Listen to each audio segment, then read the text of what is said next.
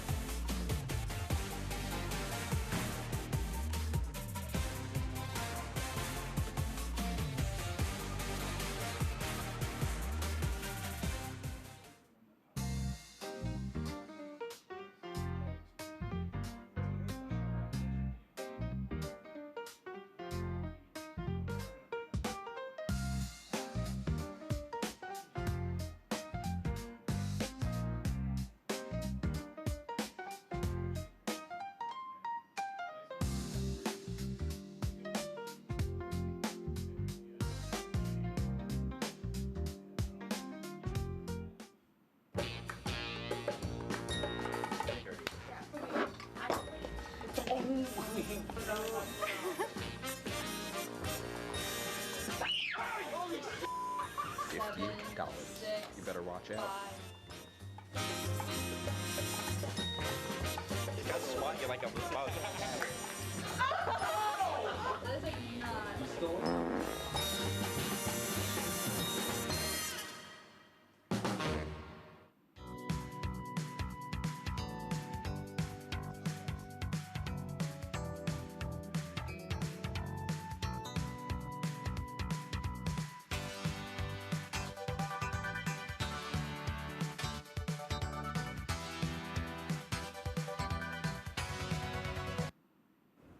Welcome back, everybody. Let's get right back into this franchise with John Wick 2. John Wick 2 was released in 2017 and picks up immediately after the events of the last movie, with John trying to get his car back.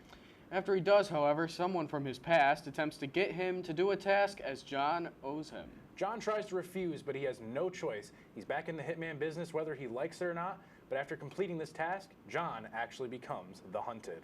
Yeah, so basically, there was a couple lines in the first movie where it was like, once you come back after you retired, you're back. Yeah, you can't go back into retirement. Winston no matter specifically, what when John visits the Continental, specifically says, like, as soon as you dip your toe even back in a little bit, you're back. Yeah. And essentially that rings true, because after John gets his car back, a man from his past actually goes to John, because in this world, one of the other things they have is markers, where essentially someone will do something for you, but you eventually owe them. And it's like a blood pact, essentially. Pretty much, yeah. And so John tries to refuse and is like, please, just don't. Yeah. And then this guy shows him the marker and is like, this is your blood. Like, yeah, like John Wick. you can't go back. And so when John tries to refuse, he blows up his house. And so John goes to Winston and is like, is there anything I can do? And Winston's like, no. Like, you're lucky he didn't kill you when you denied the marker. Like, you're lucky, if anything. Yeah, and that's completely like, just shows like, you're just lucky to be alive. Yeah. And like, so he gives him a task to go knock out their sister. Yeah, kill this guy's sister. The sister does the job for him. Yes. And basically the guy puts a bounty on him, and he's like, because he's like, oh, I can't. I can't just we can't let them know that I was in on it. I can't let the guy who offed my sister just roam free. That can't happen. So I have to put a bounty on you, and that's a part of a lot of the later part of this movie is people trying to kill John because he's got like a $7 million bounty on him. Yeah. Which is kind of insane if you think about it, that like you can just, if you're mad at someone, you could be like, here, I'm just going to put a bounty on you and have them like get like $8 million if they knock you out. Yeah. It's just, it's a little good insane. point. So John wants revenge on him because now he's like, I did the thing. Like, why are you doing this to me? Right. So he meets up with Lawrence Fishburne's character, the King. He's back. Yeah. And so Lawrence Fishburne's character gives him the gun, and then he tries to take out this guy who's now a member of the High Table, which is like the people who oversee everything. We'll get a little more into the High Table in this franchise. Next movie specifically, and 4.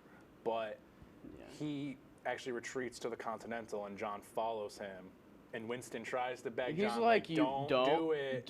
Control yourself. It didn't work. And it did not work. John takes this guy out, and so now he is excommunicado. Which means basically, your life means nothing at this point. You are to be taken out. Yeah. But Winston, it's now an international thing. The bounty goes into international, and it is now raised to like what, 15 million? Like $10 million now, and then it keeps going up the longer he stays alive. Yeah, and Winston actually though gives him time to like run and try to hide because they're friends, which actually comes up as an issue in the next movie, which we'll talk about. Yeah. But he also, we didn't talk about this at the end of the last movie, he takes a pit bull, which makes me very happy specifically at the end of the last movie, because he went to a vet to like get some medicine for himself. And yeah, he got a little pit bull, and that made me very happy. You're mine now. Yes, that's pretty much what happens. He sees the pit bull in this cage and is just like, you're mine now. Yeah. Yoink. He's at the Continental for a lot of the time. Oh yeah, Sharon is watching him because he's like, we technically can't have dogs in the like rooms, but I could watch him. I don't care. Because yeah. All right, now it is time to get into the next rankings. I just hit the table. That's what that noise was. Yes, get into the ranking full screen. All right. I had this at 2. Owen actually had this at last, which is surprising. It just wasn't really. It was like the most bland one to me. I also just didn't really like the main villain a lot. He seemed like really too weaselly.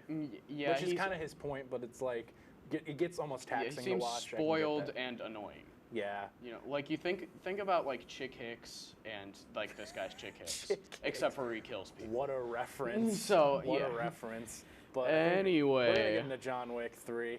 John Wick 3 was released in 2019, and again picks up immediately after the events of the last movie, with John now being excommunicado. He's attempting to stay alive to get a meeting with one of the above to order to get the slate wipes clean. The prompter did something weird. You did something weird. However, there's a group of hitmen hired directly by the powerful High Table to try and take John out and everyone who helped him. How will John avoid these individuals? Let's find out. So yeah, essentially, like we said, the prompter. This guy anchors news, folks. But essentially, like it said with the exactly. Thank you, Alex. But essentially, like we said, this picks up again like right after the events of the last movie, with John running away, trying to find a safe haven, and he now has the bounty on his head, so he's excommunicado. He can't access any Continental or any like High Table things. No. And we see the High Table sends someone to go to like all of the places John was before he took out the villain of the last movie, because they're like, he killed a member of the High Table on Continental grounds. We need to do something about this. Yeah, like everybody that helped him out needs to be like punished, basically. Yeah, exactly. And that's like they threaten Winston with taking away the Continental from him. They threaten Lawrence Fishburne's character. Yeah, they threaten him. They also, because John then goes to like his family, we see the Rosco Roma for the first time, which is like where he grew up, essentially was taken in as an orphan and was trained. And he goes to them to like try and get passage, get help to somewhere else so he can go talk to, as it said in the prompter, but Owen couldn't read, the one who sits above all, who's kind of like the next step up of the High Table, from what I understand. Yeah, that's pretty much what it's implying. Yeah, essentially to get his slate wiped clean, and they then punish his family for helping him out. Yeah. And they then also hire this other group of assassins. I like the main guy a lot. He's pretty funny. Like when they're both in the Continental, and obviously they can't do business, so they can't fight. He's just like, I'm a really big fan, John. Like, this is a real honor for me. Just like he's just fanboying over John Wick, which I find so funny. That happens quite a bit in this franchise, actually, where people just fanboy over John Wick, because it's like, oh my God, it's the Baba Yaga. It's the Baba Yaga. Which means boogeyman, if you couldn't. If you didn't know Russian, I believe, because it's Russian. Yeah. Yeah, it's Russian. Yeah. Yeah, I know other languages. You're pretty sure it is, I because know I've other spoken languages. a whole lot. Anywho, he meets up with Halle Berry's character at the Continental that she's at, because he has a marker for her, because he helped hide her daughter so that her daughter would be safe. So tries to get him a meeting with someone who can get him to the one who sits above all. That ends up going bad, because the one guy tries to shoot one of her dogs. Oh, yeah. And then that leads to a whole fight. And then the advice John gets is like, go to the desert, walk until you can't walk no more, walk some more, then almost die, then they'll find you, which is actually exactly what happens, to be fair. Pretty much, yeah. But then John has to give his wedding ring finger as like a sign of peace with the one who sits above all. And then he's ordered to take out Winston, because Winston has been defying the orders of the High Table. But then John doesn't do that and teams up with Winston at the end to try and take on the High Table. Yeah. The Continental, like, this is the first time, like, they say, you can do business on the Continental grounds now. Yes. Like, I forget what the exact word they called it was. Yeah. But, yeah. And they have a huge, awesome final match in there. But then Winston actually tries to take out John to save himself, which is, we'll get into that in the next movie. But we got to get to the ranking now. Full screen it up. I had this at 5. This was my least favorite of them all. I really liked this one. I think it was mostly, like, the main battle for me. Yeah, that's fair. And, yeah, a whole lot I think of that one just drags a bit too much for me at times. It's really visually pleasing as well. That is true, I will say. A lot of the desert scenes.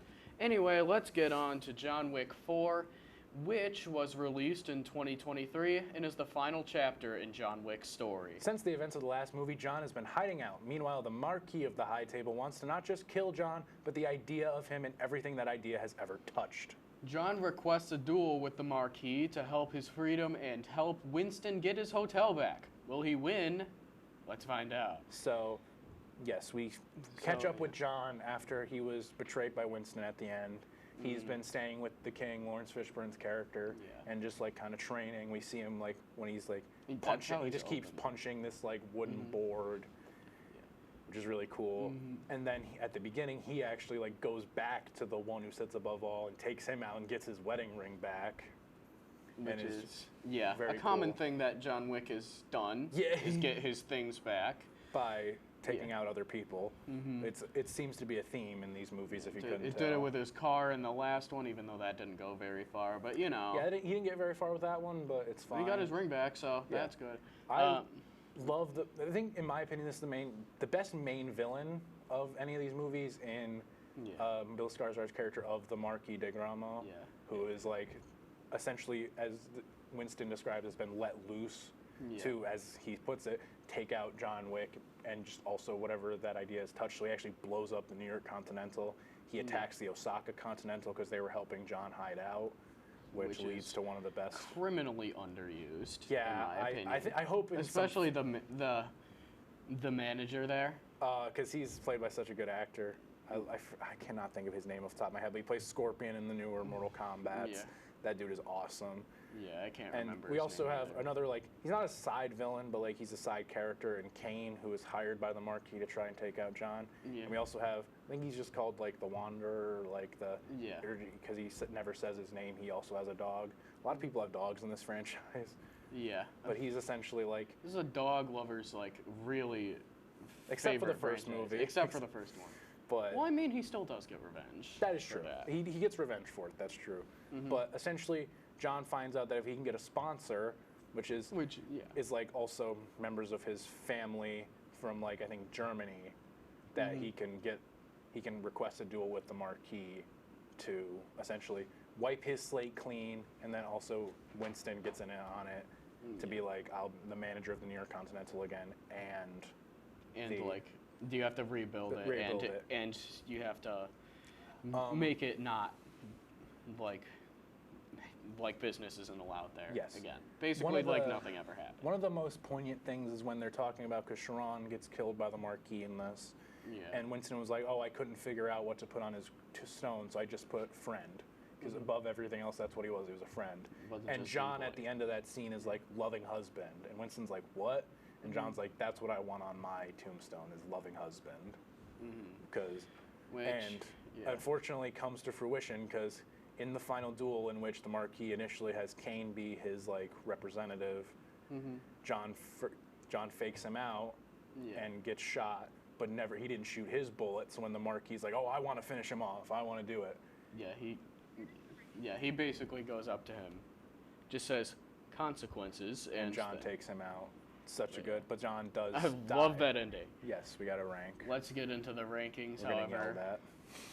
Yes, we both it's have our this number one. This one was awesome. This is a great one. Like, I liked every single second of it. I agree.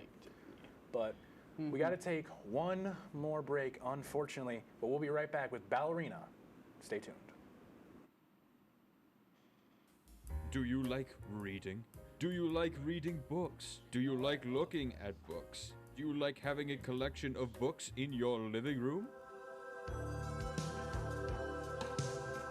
Now, before we get into the nitty-gritty, Spoiler alert! Okay, or why did I write this in yellow? I told you!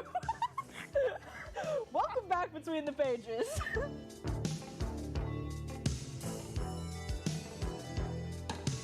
Good evening and welcome to Jeopardy! I am your host, Joe. Hello, Simon. Joe is at this place. And I'm very concerned to see what Piper's answer is here. Sorry, it's a 98-page rule book. You guys are stumped still? Joe, I'm going to sound like a little snob here. It was not founded by Ray Kroc.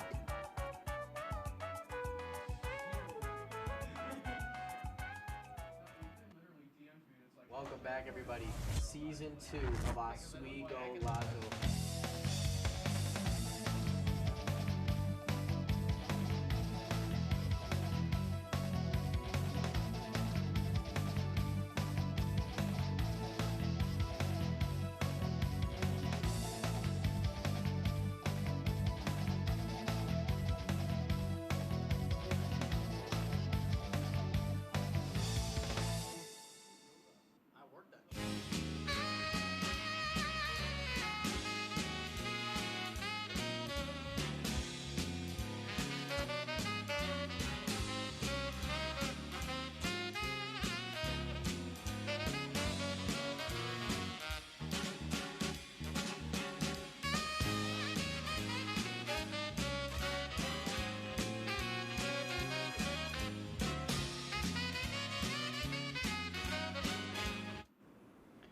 Welcome back, everybody. Let's get right back into it with our first of hopefully many spin-offs. Ballerina from the world of John Wick was released in 2025 and stars Ana de Armas as Eve, the daughter of a hitman and ex-member of a tribe. When he is killed, she gets the choice to join the life as well, which she accepts. She trains for years to finally be a full-blown assassin, but during a job she sees a marking she recognizes as the same mark as the men who killed her father. We gotta love getting an Owen jump scare. Yeah, You know, in the middle just of... like hello. but yeah, basically, I think they they had a really good hook at the beginning. I agree. With they're basically like on an island in this really nice house, and we meet Eve and her father when she's very young. Yeah. And they get a little scene together, but then all of a sudden, like, these people are breaking onto the island. They're breaking into the house. And it's like, yeah. Basically, the way that it was is that he married a woman in the tribe, but he tried to get. It's a cult. Yeah. They make it very clear in this movie it's a cult.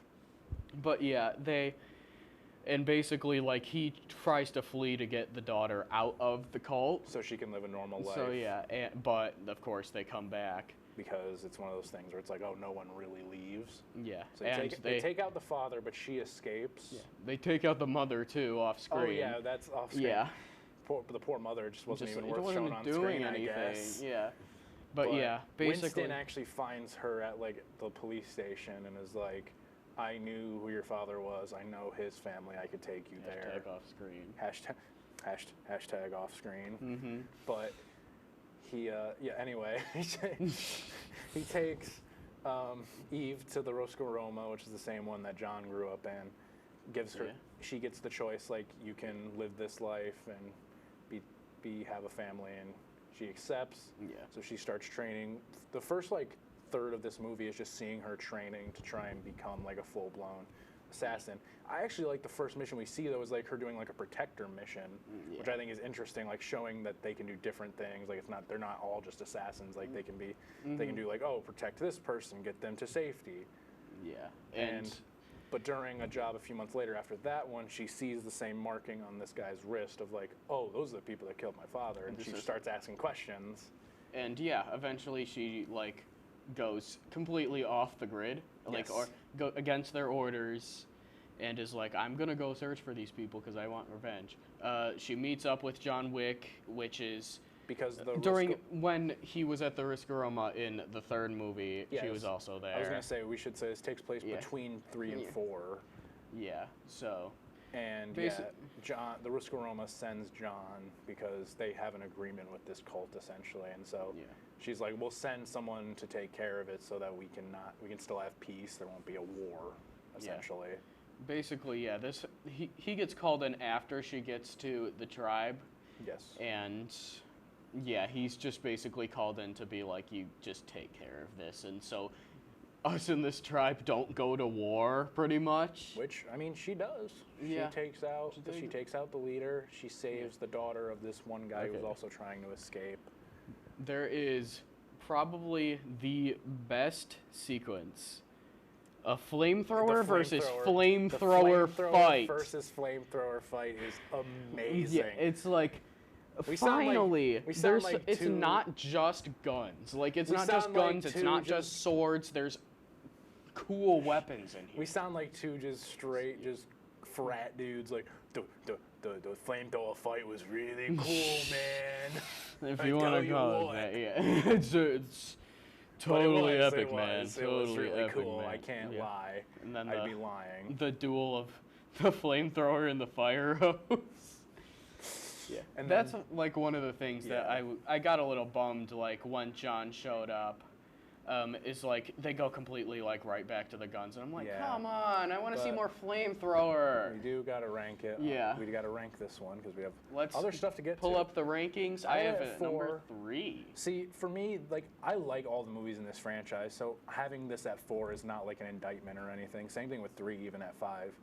But I think we got a little segment we like to call the train wreck of the week. Yeah, this one we actually didn't spoil in the middle of our discussion. That is true. For once. Let's see what it is. Yeah. It is John Wick in the 3rd movie. It's in the Continental. It's in this room where there's just everything glass. And like he can't go 2 steps without getting thrown into another glass structure. And it's just like we're not even. It's not even the train wreck because it's bad. It's just so funny. It's funny and it's like dumb that he just can't even stand up all the way until he's just thrown into another. More glass because this entire room is glass. We were like jokingly voicing John like he would go to Winston and be like, why do we even have this room? Because like he doesn't use it for anything. It's like an office. It's just all like glass at least in the Tokyo one, it was like there's like weapons in there. Yeah, like it was like a training ground or something. Yeah, in the New York one, it's literally just an office. Yeah, but we can now also get to our final rankings just to like. Let's go with the recap. Get the recap. Pull that up real quick, and pretty diverse other than the first one. Yeah, other than our favorite being 4, we're pretty diverse on this one, which is usually the case. I feel like I don't think we'll ever. I think I've said this before. I don't think we'll ever have like a fully agreed upon ranking. Yeah. I just think we'll always have at least one that we just don't agree on. Yeah. Like you liking, the Predator. That one. That I hate. Look, I still stand by that. I thought that adding some comedy into it was fine. No, it was a fine decision. We're not on this episode. But we have a couple of fun little announcements, and aka stuff we've already announced before. Next week, Monday, we will be on Borealis Booklight, doing a little crossover ski. And then the week after that, we actually have a 5th episode. Surprise 5th episode. We have time for it, and we are going to have Kelly C. and Aurora Fitzgerald on our show. To do, drum roll please, the Wizard of Oz movies, or at least a good portion of them. Yeah, it's going to be great. And that includes the Wicked ones. Fortunately, we got to wrap it up. Put the Instagram on the lower third there. Follow it. But, all right. You know what? I think you always got to be kind. Be kind. And rewind. Yeah. Split screen. Hit the bump cam. Hit the bump cam. Woo. Hit the bump cam. There it goes. There we are. There we are.